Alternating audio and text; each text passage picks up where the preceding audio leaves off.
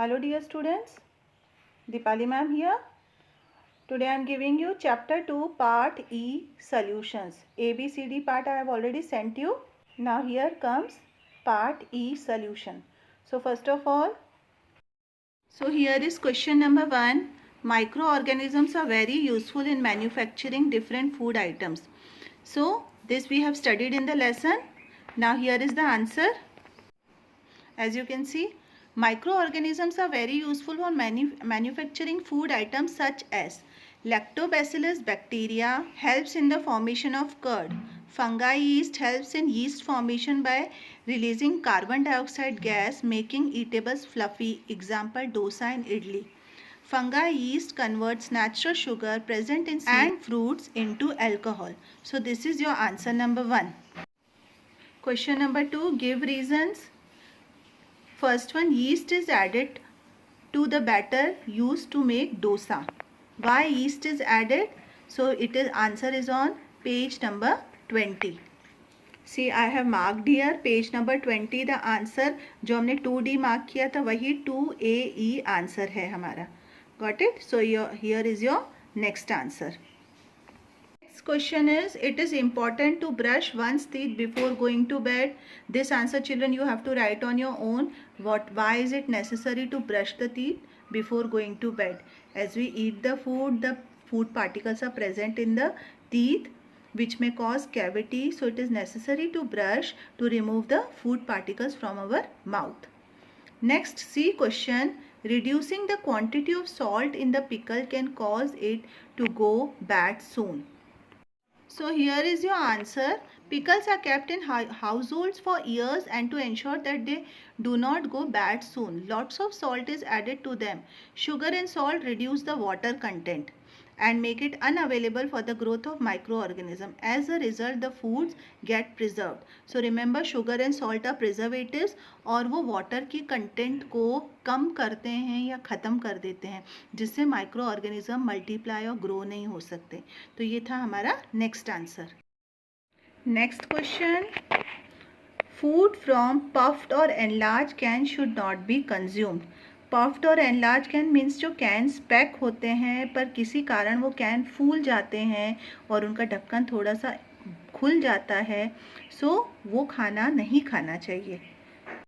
So here is the answer. Food from puffed or enlarged can should not be consumed because sometimes it is not only hydrogen gas inside the cans that has resulted in its swelling. They give off CO2 gas which spoils the food inside the can and also results in its swelling. So this is your 2D answer. Answer हमारा continue है. Puffing or enlarging of cans indicates the growth of microorganism in the food. If such food is eaten, it will lead to food poisoning. So it is suggested not to consume such food. Next question है, when using frozen food item, one should take out only the required quantities. Thawed food should never be frozen. So here is the answer to these questions.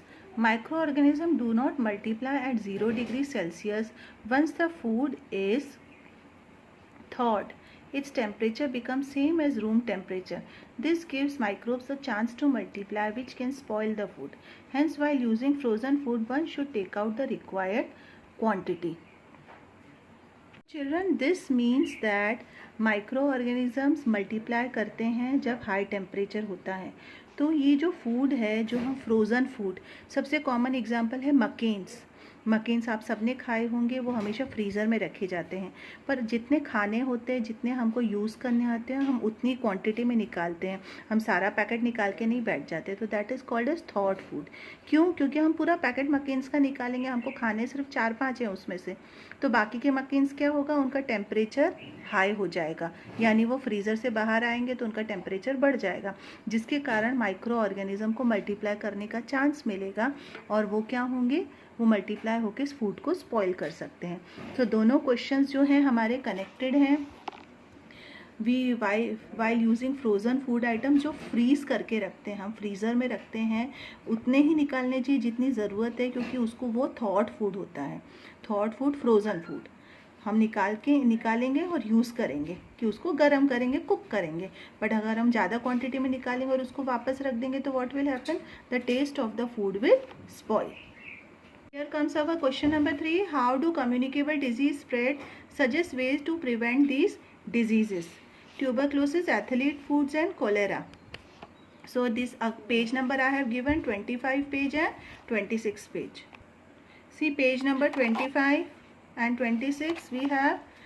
Then how can they be prevented? सबसे पहले ये 26 का है और ये पीछे हमारा page 25 पे है. Tuberculosis is spread by bacteria. Athlete's foot is spread by fungi. Cholera is also spread by bacteria. तो ये हो गया हमारा क्वेश्चन. क्या था? How they are spread and ways to prevent them. Ways to prevent है हमारे पेज नंबर 26 पर. Tuberculosis can be prevented by using vaccination. Cholera, proper disposal of waste using disinfected water. and athlete food by maintaining good personal hygiene. तो ये हो गए हमारे reasons और measures. फिर आता है next question number 4. What are pathogens? Name 2 pathogens each that cause the disease in plants and animals. तो पेज नंबर दिया है आपको 24, 26 and 27. Page number 24. What are pathogens? Some microorganisms are harmful. They cause disease in human beings, plants and animals. Such disease causing organisms are called as pathogens. ये हो गया हमारा first part का answer. Now they have asked name 2 pathogen which cause disease in plants and animals. तो इतने सारे दिए हैं डिजीज कॉजिंग पैथोजेंस. ये है एनिमल्स के लिए and here it is for plants. तो जो भी there are 5 you can see and here we have 7. तो आपको जो भी 2 इजी लगे you write and learn. Systematic लिखना है. कौन सा पैथोजन है? बैक्टीरिया. डिजीज कौन सी कॉज करता है? Anthrax. And name of the animal is cattle. Suppose you are writing. तो आपको सिस्टमेटिक लिखना है. Suppose you are writing about tobacco mosaic virus. So it is a plant disease और वो कौन से माइक्रो ऑर्गेनिज्म से होता है? वायरस से होता है. सिम्टम्स क्या होते हैं? Appearance of uneven spots and discolouration in the leaves. So any two which you feel easy that you will write for both plants and animals. Next question. Mohan bought samosa from the roadside vendor and ate it. After some time he felt nausea and started vomiting. Nausea मतलब चक्कर आने लगे, uneasy लगने लगा. Then he had severe pain in abdominal region मतलब पेट के side के area में और नीचे के एरिया में. And then suffered from diarrhea. Diarrhea मतलब lose motion or vomiting. What could be the reason for his condition? What it is called? How can be prevented? Now this answer you have to write on your own. कि अगर हम बाहर का गंदे area का अनहाइजीन जगह का खाना खाते हैं और ये प्रॉब्लम होती है तो वो क्या होता है? What could be the reason for this condition? Because he is eating from roadside vendor where mosquitoes were sitting on the food and there were unhygiene conditions. What it is called? Diarrhoea. Disease का नाम दिया. How could it be prevented? सबसे पहले prevention कैसे होगा? Not to eat at the road side. Prefer hygienic conditions. तो at least आपको इन सब के लिए 2-2 पॉइंट्स लिखने हैं. रीज़न क्या है, उसको क्या बोलते हैं, वो तो एक ही सेंटेंस में आएगा.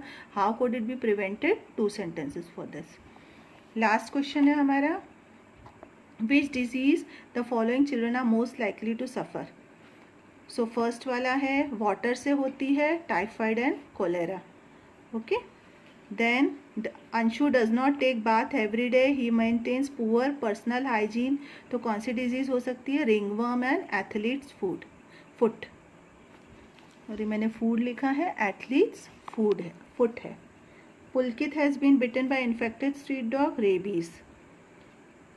देन इसका अगर हम इंसेक्ट रेपेलेंट मतलब जो मॉस्किटोज़ को रोकता है, तो अगर ये इन मॉस्किटो के कारण कौन सी हो सकती है? Malaria and dengue. And last one is common cold. So here we end our question answers. आपको ये सारे जो टेबल्स हैं ये सब आपको अपनी साइंस नोटबुक में बनाने हैं. Microorganism, disease caused by them, then mode of transmission and disease कौन सी होती है, ये वाला टेबल. उसके बाद आता है next which is related to the preventions. फिर प्लांट, एनिमल्स और प्लांट्स का. ये टेबल सब आपको अपनी साइंस नोटबुक में ज़रूर बनाना है with neat and clean hand writing. Read all these. You must know points. They are very, very important, which are helpful in MCQ solving. You are supposed to read all these points on page number 31. So that is all for now, children. Thank you. Stay safe, stay healthy.